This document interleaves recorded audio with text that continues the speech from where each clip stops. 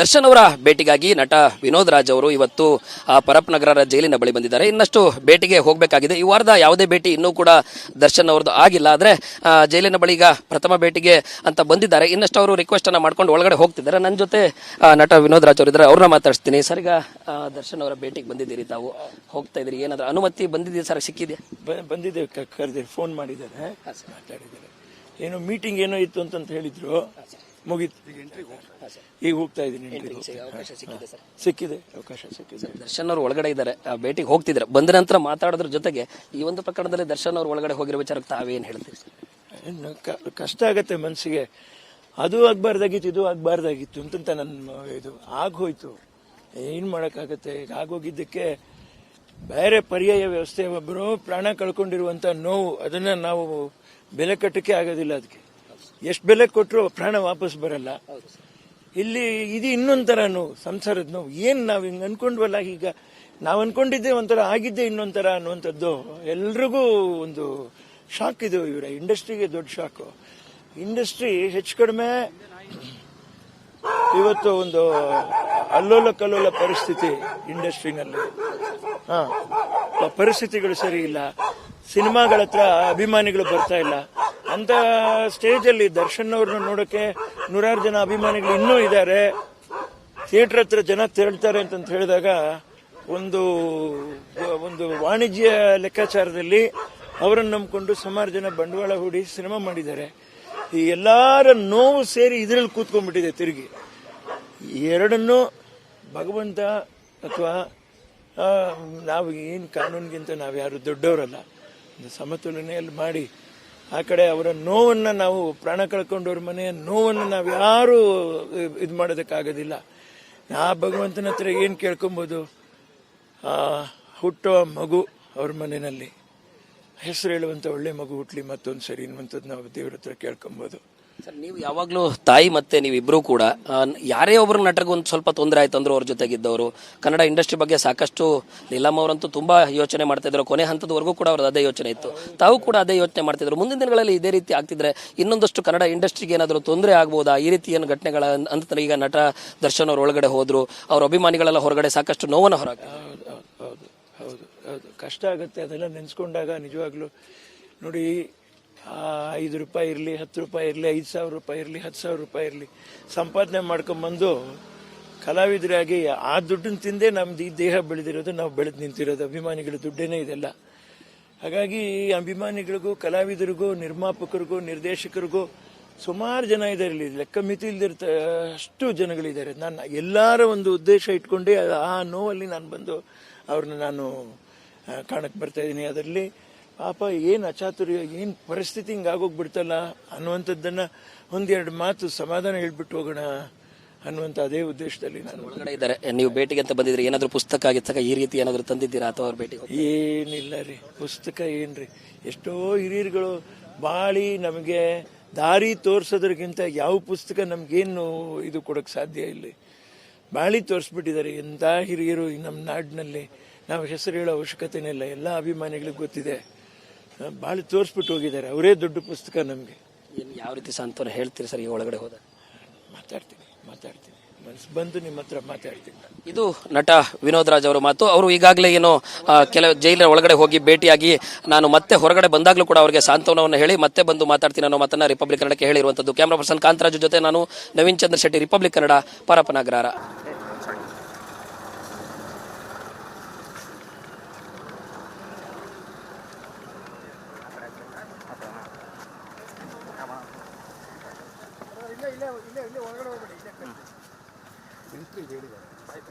Aadhaar card ಕೊಡಿ, ಸ್ವಲ್ಪ ಹಿಂದೆ.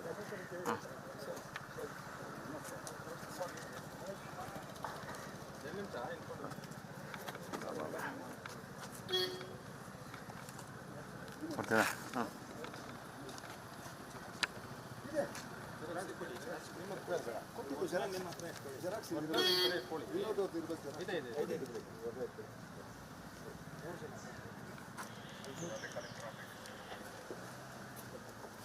Transferring sir.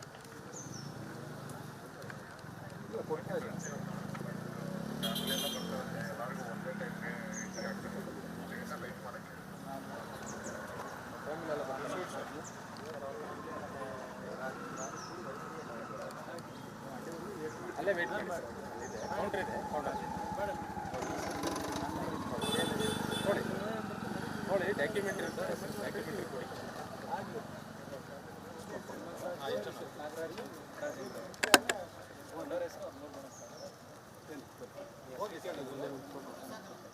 ಸರಿ ಬಂದ್ಬಿಡಿ, ಈ ಕಡೆ ಬಂದ್ಬಿಡಿ.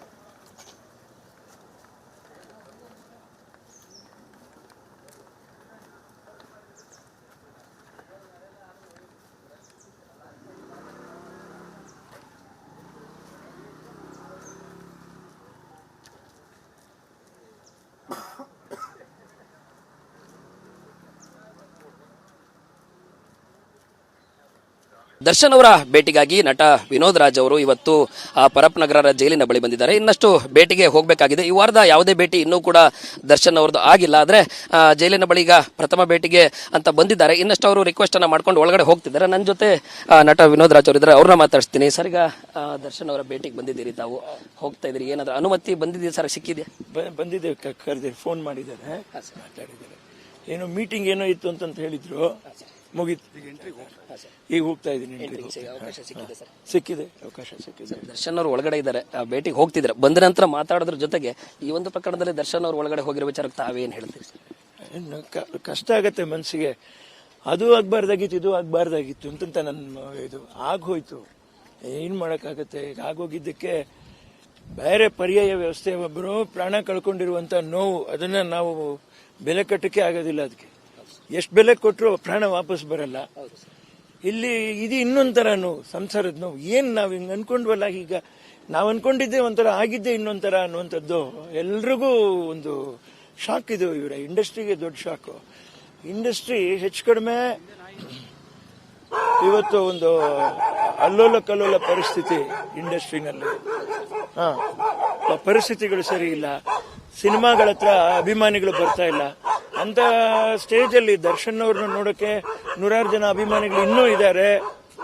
ಥಿಯೇಟರ್ ಹತ್ರ ಜನ ತೆರಳ್ತಾರೆ ಅಂತ ಹೇಳಿದಾಗ ಒಂದು ವಾಣಿಜ್ಯ ಲೆಕ್ಕಾಚಾರದಲ್ಲಿ ಅವರನ್ನು ನಂಬಿಕೊಂಡು ಸುಮಾರು ಜನ ಬಂಡವಾಳ ಹೂಡಿ ಸಿನಿಮಾ ಮಾಡಿದ್ದಾರೆ. ಈ ಎಲ್ಲಾರ ನೋವು ಸೇರಿ ಇದರಲ್ಲಿ ಕೂತ್ಕೊಂಡ್ಬಿಟ್ಟಿದೆ ತಿರುಗಿ.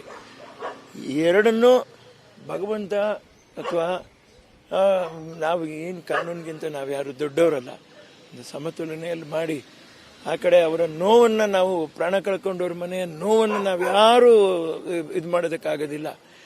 ಆ ಭಗವಂತನ ಹತ್ರ ಏನು ಕೇಳ್ಕೊಬೋದು?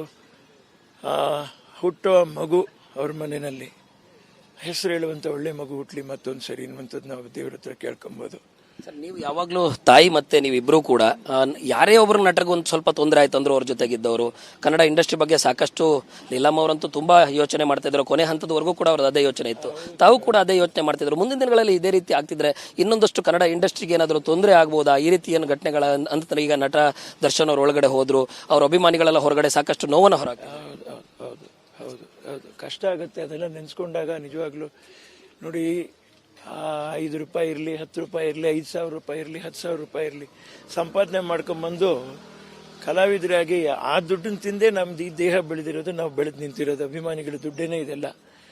ಹಾಗಾಗಿ ಅಭಿಮಾನಿಗಳಿಗೂ, ಕಲಾವಿದರಿಗೂ, ನಿರ್ಮಾಪಕರಿಗೂ, ನಿರ್ದೇಶಕರಿಗೂ ಸುಮಾರು ಜನ ಇದ್ದಾರೆ. ಇಲ್ಲಿ ಲೆಕ್ಕ ಮಿತಿ ಇಲ್ದಿರ್ತ ಅಷ್ಟು ಜನಗಳಿದ್ದಾರೆ. ನಾನು ಎಲ್ಲರ ಒಂದು ಉದ್ದೇಶ ಇಟ್ಕೊಂಡೆ ಆ ನೋವಲ್ಲಿ ನಾನು ಬಂದು ಅವ್ರನ್ನ ನಾನು ಕಾಣಕ್ಕೆ ಬರ್ತಾ ಇದ್ದೀನಿ. ಅದರಲ್ಲಿ ಪಾಪ ಏನು ಅಚಾತುರ್ಯ, ಏನು ಪರಿಸ್ಥಿತಿ ಹಿಂಗಾಗೋಗ್ಬಿಡ್ತಲ್ಲ ಅನ್ನುವಂಥದ್ದನ್ನ ಒಂದೆರಡು ಮಾತು ಸಮಾಧಾನ ಹೇಳ್ಬಿಟ್ಟು ಹೋಗೋಣ ಅನ್ನುವಂಥ ಅದೇ ಉದ್ದೇಶದಲ್ಲಿ ನಾನು ಒಳಗಡೆ ಇದ್ದಾರೆ. ನೀವು ಭೇಟಿಗೆ ಅಂತ ಬಂದಿದ್ರಿ, ಏನಾದರೂ ಪುಸ್ತಕ ಗಿಸ್ತಕ ಈ ರೀತಿ ಏನಾದರೂ ತಂದಿದ್ದೀರಾ ಅಥವಾ ಅವ್ರ ಭೇಟಿ? ಏನಿಲ್ಲ ರೀ, ಪುಸ್ತಕ ಏನ್ರಿ.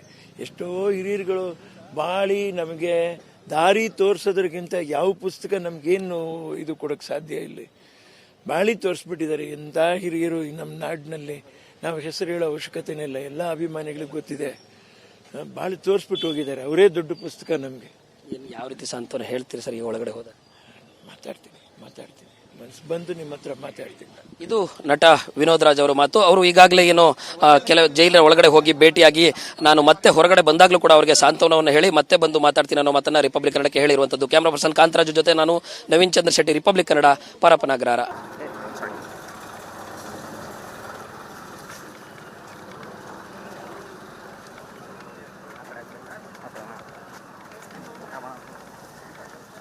ಇಲ್ಲೇ ಒಳಗಡೆ ಹೋಗ್ಬೇಡಿ, ಇಲ್ಲೇ ಆಯ್ತು ಅದು ಆಧಾರ್ ಕಾರ್ಡ್ ಕೊಡಿ ಸ್ವಲ್ಪ ಹಿಂದೆ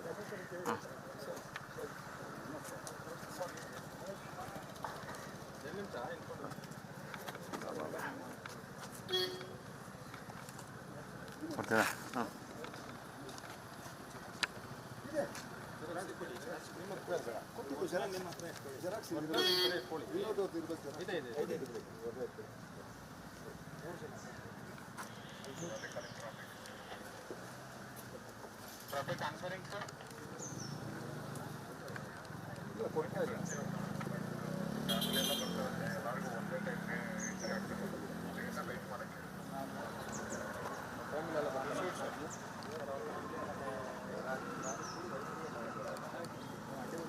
ಅಲ್ಲೇ ವೇಟ್ ಮಾಡಿ ಸರ್, ಕೌಂಟ್ರ್ ಇದೆ, ಕೌಂಟರ್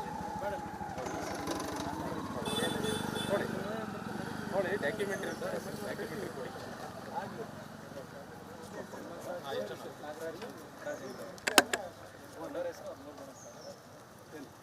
ಹೋಗಿ ಸರ್, ಈ ಕಡೆ ಬಂದ್ಬಿಡಿ.